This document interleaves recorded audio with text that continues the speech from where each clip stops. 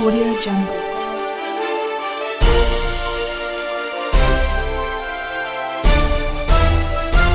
Audio Jungle.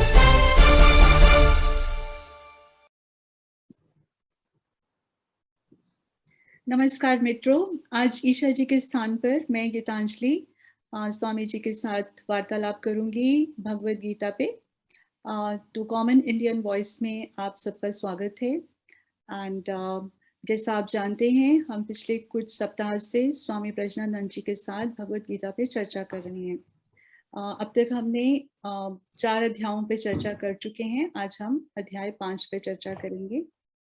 आप चर्चा को सुनिए और उसके उपरांत आपके कोई प्रश्न हो तो आप उन्हें भेज सकते हैं। स्वामी जी प्रार्थना के साथ शुरू करते हैं। Swami ji please start.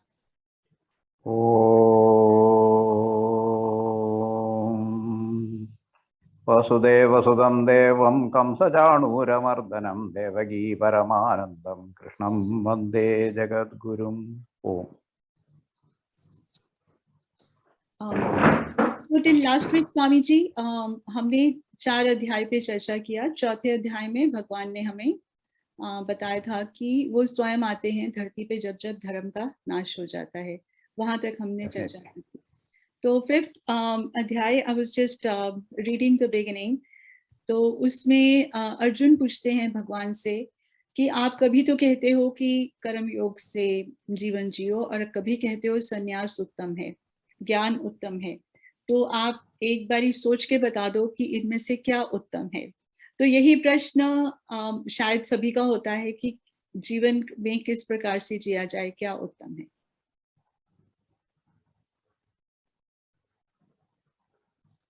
ये वेदों से लेकर निवृत्ति मार्ग, प्रवृत्ति मार्ग, ये दोनों विषय चलता आ रहा है right from the ancient times. And mystics, so-called mystics, they have adopted this nivritti marga, withdrawal, path of withdrawal, self introspection. It is not an inactive, passive state or vegetative state.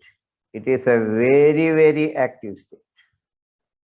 The very source, foundation of the entire creation is dug out in our existence and achieved only the bravest of the brave can even aspire to think about it, let alone achieving those states. So our rishis followed this path and they were the bravest of the brave. The karma marga is also, they are called karmavir, because the situations, they do not affect them. They are beyond any mental conditions. They have risen up above mental conditions. They have refined their consciousness so that the only thing they think about is how selfless and how we are selflessly serving the humanity. Not only humanity, the entire living world. How we are serving, how much fit instrument I am. If it is a devotee, he thinks I am an instrument of God and I am serving the God through all these living beings. If he is a karma yogi, he thinks I have to be unattached, anasakta, and I have to totally devote whatever I have received from nature and even from God, the consciousness from God and energy and body from nature. I have to devote it totally, not only as much as I have received, I have to give more. Jivane yavadadanam syat pradhanam tadodikam. And if he is a jnani also, he is adopting the nivritti marg, but then he thinks that whatever is in nature, so that will serve the nature, and I am not in the nature, and I am totally withdrawn, unattached to the nature and whatever phenomenal is happening in the, but they are not inconsiderate. They are very much considerate, because from that height, not philosophical height, spiritual heights, they are blessing the entire humanity. So it is told, even if they shut themselves up in caves, the positive waves which they create, they go in search of those people who are highly evolved and make them fit instruments for furthering the purpose for which God has created this universe. That purpose is to express Ananda and Sneha. So these things are there in the material world even. A thing enjoys its being, even if it seems to be lifeless. It enjoys its being. So if we change, we have to exert a force, because it enjoys it. It resists being changed. And the attraction is the cause for holding the particles together into even a lifeless, seemingly lifeless body. So this so-called aspects of love and consciousness, Shiva and Shakti, they are there in all the forms, all the names and forms. That Jnani realizes. So the Jnani, Karma Yogi, Jnana Yogi, Karma Yogi, Bhakti Yogi, or they all, only the meditational yogis, Raja Yogis, Dhyana Yogis, they shirk work. They can't. They have to totally withdraw themselves from the aspect of working. But when they attain to reach that state, they have to be Karma Yogis. And when they attain the higher state, Asamprajnata Samadhi, it is called Nirguna Niragara Tattva, they reach, then they are similar to Jnana Yogis. So Nivritti and Pravritti, both aspects, in ordinary, so-called ordinary people, both of them should work together so that they evolve from inside and outside. There should be a pull from inside and a push from outside. That method will work the best for them. Serve selflessly in the world and at the same time evolve beautifully in the soul. That is what they should do. Oh. So Swamiji, what happens generally is that when we start working, and even if we think, because a lot of people, even when we are doing, apparently we are thinking it's selfless work, but the way a lot of people put it is that even when we are doing work for the society, we get involved in the concept of name that we get from it, or appreciation from other people. We look for those things. So those are the various pitfalls. वो छोटी छोटी हमारे को रास्ते में, छोटी नहीं बड़ी बड़ी बाधाएं आती हैं कि जब हम ऐसा करने लगते हैं, कोई अच्छा काम भी करने लगते हैं, तो ये सब चीजें हमारे रास्ते में आ जाती हैं. तो इनसे बचने के लिए क्या किया जाए? Lokeshna, Vitteshna, Dhareshna. These three ashanas. Ashanas means pulls of the world, attachments. They are very famous. Lokeshna means a huge desire for fame. People should recognize me as a scholar, as a saint, as a successful person, like that. So Lokeshna, I should have a great image. I should be a celebrity. I should be a rich man. I should be a person known everywhere. So this Lokeshna is a great pull. It is a Rajoguna. It is in Rajoguna. And Vitteshana, that is also a great thing. However much one gets riches, nobody will be satisfied. Even Elon Musk is still planning to enhance his wealth. Nobody is satisfied. Nobody can be satisfied. Satisfaction is inside, cannot be derived from outside things. I will get this much things and I will be satisfied. That is not there outside. It is inside. So we should not be a slave of our senses. इंद्रियों के दास नहीं होकर जीना चाहिए. Swami means I am a boss of the indriyas. I am not a slave of the indriyas. That is why I am Swami. I am not Swami of anything else. I don't own anything. I don't have a bank balance. Not a place to live. Means I have a place to live, but not my own. I can't call anything my own in this world. Everything is given by somebody. All are like that only, but they think they are owners. Secondly, third, ashana is darashana. If I do such and such things, my family will prosper. That is based on a man-woman relationship. My family will prosper. My family should prosper. For that, even birds, they work very hard, making the nest, breeding children, hatching children, and grooming them, teaching them to fly and catch worms or prey. So even birds are working hard, forgetting their own, like it is said in Devi Mahatmya, in Durga Saptashati. They forget their own bhuka pyasa, means hunger and thirst, and they feed the young ones because of this great moha, ashana. It is in Rajoguna. It is in Rajoguna. So, what I can say is, when you do not know yourself to be the Atman, to be Sachidananda Swarupa, to be in the Parameshti, only standing as an unattached witness to this show of world, video of world. A great video, three-dimensional 3D video is being played around. Like this now, a goggles is there. When you go to some film, you seem to be inside the scene.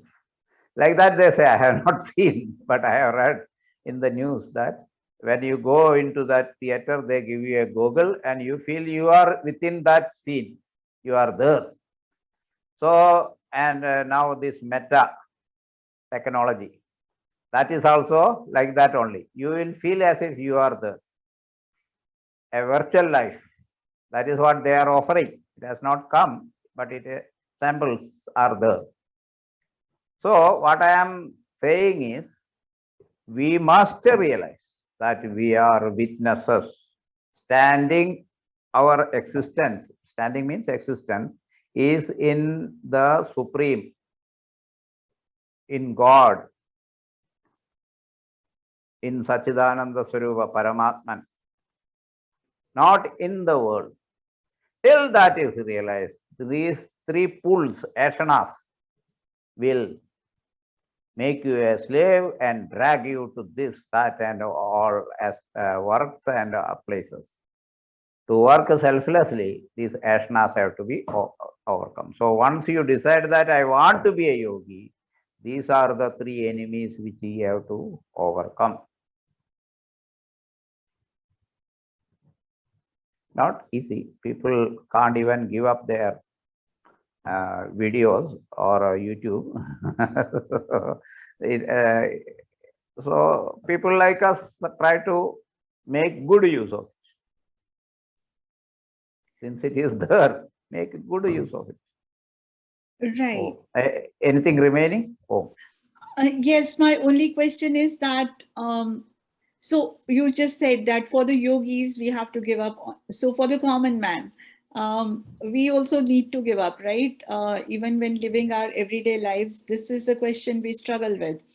कि अपना जैसे हम अभी गृहस्थ हैं, तो हमें परिवार का इश्ना लेकर चलना है कि छोड़कर चलना है? What I am saying is, support the family, serve them, but why struggle? Why that struggle is there? That struggle is only in the mind, because of the lesser quality of the mind. you can serve more effectively if you are unattached. You will know the needs and causes of others' suffering only when you are unattached. Doctor cannot treat his own son, it is said, because of attachment. He will not be able to recollect his medical experience and knowledge. So attachment hinders actually. Without attachment, you can serve them better. So the struggle aspect can be removed and duty can be fulfilled with a great satisfaction. There can be satisfaction, contentment, tripti, and you can do your duty well. So a duty well done gives you contentment. You don't feel tired. So the struggle aspect can be removed, the troubles can be removed, and duties can be performed better if you are a yogi. So strive to be a yogi. Tasma yogi bhavarjuna. जी, एक प्रश्न और यहाँ से उठता है कि जो मोह है, उसके मोह के कारण भाव उत्पन्न होता है. क्या ये बात सच है कि भाव मोह के का मूल मोह है? Moh is ignorance. Moh cannot be tolerated. Moh has to be removed, plucked out with a sword of knowledge. How can we tolerate ignorance? Ignorance cannot be tolerated. Somebody told, if you think education is expensive, then try ignorance. It will be even more expensive. So, what is that? Moha is ignorance and it should not be tolerated. It cannot be tolerated. It is causing great havoc. Whoever you are attached with or delusionally related with, that is moha, a delusion of relation. See, you get a child, you feel I gave birth. How much truth is there in that? Who gave you all the system to be able to give birth and feed a child? Who gave that child its body and other systems? Did the ultrasound machine give it, which showed the body's picture? No. What machine is used these days, I don't know. Anyway, what I am saying is, these systems are provided. The results as a child, the result of a child, as a child's birth, that is provided. We do not do it. We can't do it. It has to be provided, provision. So the providence has to provide it, isn't it? Whatever provides is providence. Providence means divinity, God.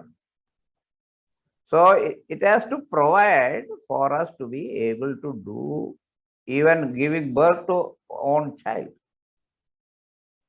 It has to have a system. Even so-called test tube babies, people ignorantly think that in some test tube something is made. No, it is from the system. They join it in a, not a test tube, in a machine. So these mistaken notions have to be removed. Life is a result of a system. And so the illusions should not be there. And the illusion then goes on to things also. This delusional relationship called moha, it goes to things also. I think this mobile is mine. How much am I the cause of this mobile? Almost none. In my case, none at all. I did not even earn the money with which it was purchased. I did not purchase it even. Punitji sent me, if I remember correctly. So what I am saying is, this delusion has to go, then the struggle will go, then the strains will go, then the worries will go, then the anxieties will go, and then the fears of future will vanish. If this delusion is, so moha cannot be tolerated, should not be tolerated. It is not wise. It is called moodhada, ahangara vimudhatma. It is moodhada, stupidity. If I may so Shastra say it, I don't say it. So moha has to be fought and removed by everybody. Everybody has to do it. Hmm. It is our duty as a human being to do it. Now I have given a dictum instead of an answer. It's an Yes. order of the Shastras, not any person. Right. I think I'm confusing the difference between I'm using the word भाव. जो भाव है वो निमन भी हो सकते हैं, उच्च भी हो सकते हैं. तो मोह से जब भाव उत्पन्न होंगे तो वो निमन भाव उत्पन्न होंगे, भक्ति से उत्पन्न होंगे तो उच्च भाव उत्पन्न होंगे. Let me explain. that- Bhava means bhava, from bhava has come. It is almost an adjective. Bhava means hona, being. Being means I am this, aham, I am asmi iti, मैं ऐसा हूं. I am is not an illusion, our existence, but where it is, then the delusion starts. So our being a body, our being a person, these are the illusions, delusions. These have to be fought off. Body is an instrument. It is not us. So bhava arises from this feeling of being a person and a body. Emotions. It is a result. It is not a level of existence. So you change the results by proper efforts. That is sadhana. You change the level of your being. Many scales are proposed for it, like chakras and adhar and manasika, star and brahmadanda. All these are there. In the middle, in the front, in the back, all these are there. So anyway, the target is here. That is all agree. That is one point where all agree. Murdha, the point of Shiva, we have to reach from a jiva. The jiva is in the navel area. It has to rise. It can rise. It should aspire to rise. It should be realized first that I am trapped. I have trapped myself. It is like a worm which is unable to break the cocoon which it has built around itself. And if it doesn't break, what will happen? It will be destroyed. It cannot fly, it cannot become a butterfly. So the cocoon has to be broken. Breaking means willingly realize that I am the Supreme Atman, Paramatman. I am Satchidananda Paramananda Swarupa.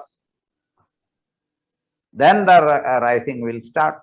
Till then, nothing will happen. Whether you are a good person, bad person, mild person, middle person, all these descriptions will not help. Only the knowledge that I am Satchidananda Swarupa, I am Paramananda, I am nothing else, nothing lesser than that. That will cause the rise.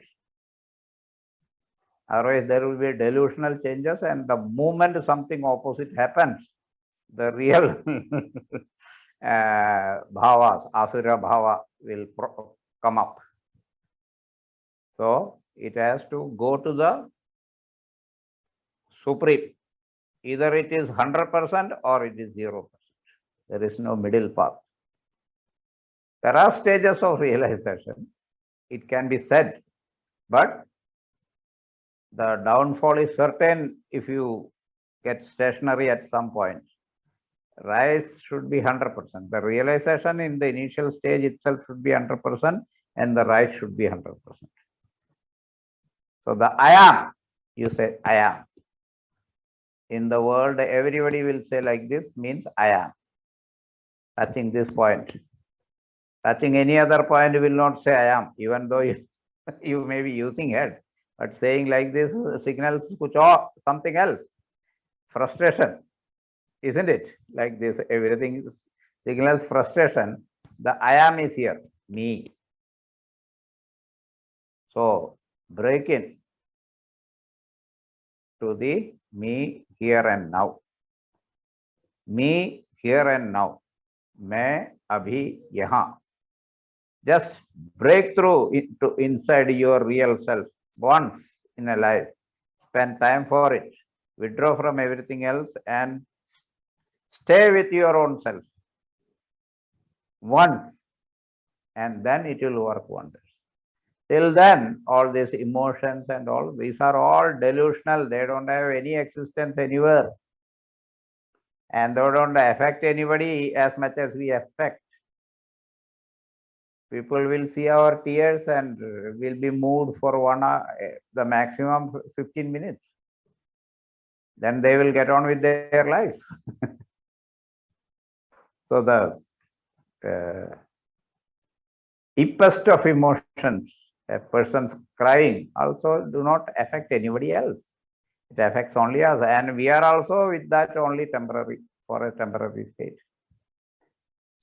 Time only for a little bit time. Time, adjective of time is temporary. Means time flies away, and that state also flies away. One boy failed in matriculation. By chance, I met him immediately after he came to know his results. SMS I had started, so he got an SMS from the school that you have failed. So he was extremely crestfallen, depressed, like sad, very sad. And I asked him, will you remain like this forever? Oh, no, within a week I will be normal. So why don't you become normal now instead of troubling yourself for a week? So he immediately became normal. I start studying for the next chance. Don't do like this. So this we have to get us out of this stage.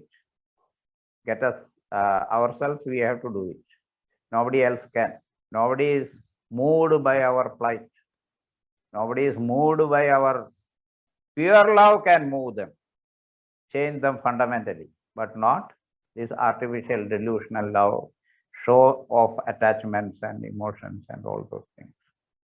Cannot move them, really. So parents fail. Who can love anybody more than parents loving their children? But they fail. Even the deepest and the most solid relationship of household relationship of father mother, means a couple, that also fails. Now it is failing more often. It has become a norm now more. So why this happen? Why the children disown their parents? This is happening everywhere. I am not telling about any particular aspect, but it is happening everywhere. Why is it that? Because we are delusionally attached, and that attachment is mistaken as love. Love in the creation is a real thing, and that pure love means unattached love that can move the lives, fundamentally change the lives of people. I am seeing here, children come within 2 days, they are transformed. They become something else, very brave, active. Oh. So when you are saying children come here, you mean to your institution when they come to take live with? I am saying about pure love, effect of pure love. Right. So just another question related, kind of related to it. I had the privilege to listen to another pravachan. It was by another Swamiji, Swami Tatwanandji, speaking on the Mundak Upanishad. And so he was talking about two kinds of vidya, paravidya and aparavidya. And तो उसमें उन्होंने समझाया कि जो अपरा विद्या है वो इस भौतिक जगत की विद्या है, और जो परा विद्या है वो ब्रह्म की विद्या है, आत्मा की विद्या है. सो इसे जब तक आप अपरा विद्या में उलझे हो तो तब तक ये सब कुछ रहेगा आपके साथ में, मोह भी रहेगा, क्रोध भी रहेगा, सब कुछ रहेगा. But it is sometimes important to go through that to rise to the level where you can get to the Paravidya. So that journey that we all have to take. Is it true that we all have to go through the steps of first doing the Apara and then the Para? In Apara Vidya, there are stages. First class, class 1, class 2, class 3, class 4, and then post-graduation, specialization, doctoral research, postdoctoral research. You become a subject expert, worldwide known, renowned. These steps are there in, you get awards. These steps are there in Aparavidya. There are no steps in Paravidya, nowhere to go, nothing to attain. Just give up everything and you are there. Give up everything artificially you have gathered around yourself as yourself. You are illusioned yourself, delusioned yourself to be something else. That is the only bondage which has to be broken by the Paravidya. Your own delusion to be something else. Adhyasa, Shankaracharya calls it. And in Mundakopanishad Vyakya also Shankaracharya says, the Shishya asks for one Vidya, knowing which all can be known. That is the question that you must have gone through. So, but the answer is there are two Vidyas. Why two Vidyas are mentioned? Because to give up something, it has to be known. Then only it can be given up. So, even to give up delusion, there should be delusion. So, then only that delusion can be given up. So, just give up the delusion that I am not this. It is told Tattvamasi, you are that. But the Shishya is not convinced. When he is convinced, he says, yes, Aham Brahmasmi. Yes, I am the supreme principle. So, till then, only illusion is working. There is only illusion. Only when it is realized, we realize that there is nothing else. There is nothing else. That is a big statement.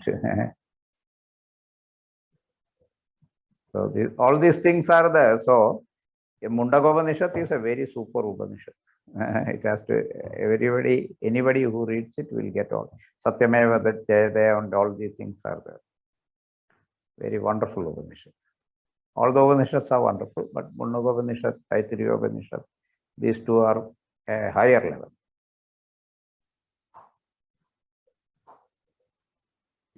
Yeah, I just got introduced by a friend to listen to these. I go for a walk, so I'll listen to the audio podcast while I'm walking. So it's a good way to keep busy while walking. So that's when I'm listening to this series of lectures by him. So Swamiji, one more question that comes to mind is that in that case, as you're saying that switching from one state to the other in the Paravidya is just one moment of realization. That means it's kind of like a switch, flip the switch and then it's done, or it's takes time to get to that switch itself. Yes, you have to find the switch. It is mentioned again and again, but that people do not find the switch. Because it has to be found in themselves and they have to give up their delusion of being something else. That delusion just doesn't go away. It doesn't want to go away till you strongly reject it. So in the third chapter, Lord says, with the sword of knowledge, just cut it. Like that, strong terms are used. A donkey, a person was taking a donkey with him. On the way, he wanted to rest. So he thought, this will run away. What can I do? Then he pretended as if he is tying a rope around his neck, and he pretended that he is tying it to a rope. He slept. When he woke up, donkey was standing there, because it is thinking that it is bound with a rope. Now the person got up, he was very happy. So he told the donkey, "Chal," but it doesn't move. Why? What happened? Then he remembered, oh, I have to untie the rope. So he pretended as if he is untying the rope, opening the knot, and the donkey started walking. So this is the illusionary state of bondage, but it is the.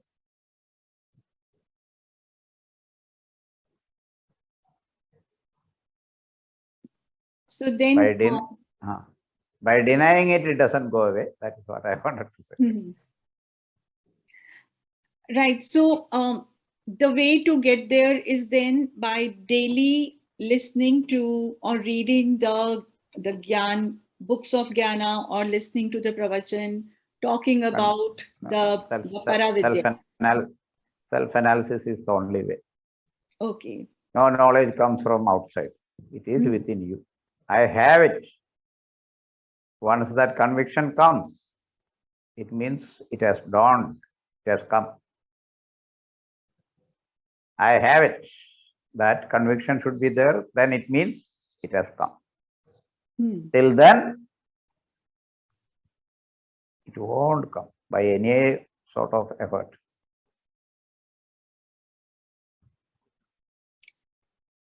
But like for a person who's in the world. I think time. Okay, ask the question. So a person who's like in a grihast person, or person who's working with the world, for them to, like, I think the knowledge may be buried somewhere deep inside, but it's not on the surface. How to bring it to the surface? Hey, see, your parents are not with you, but still you belong to them. That sense of belonging is there. It doesn't prevent you from working in America.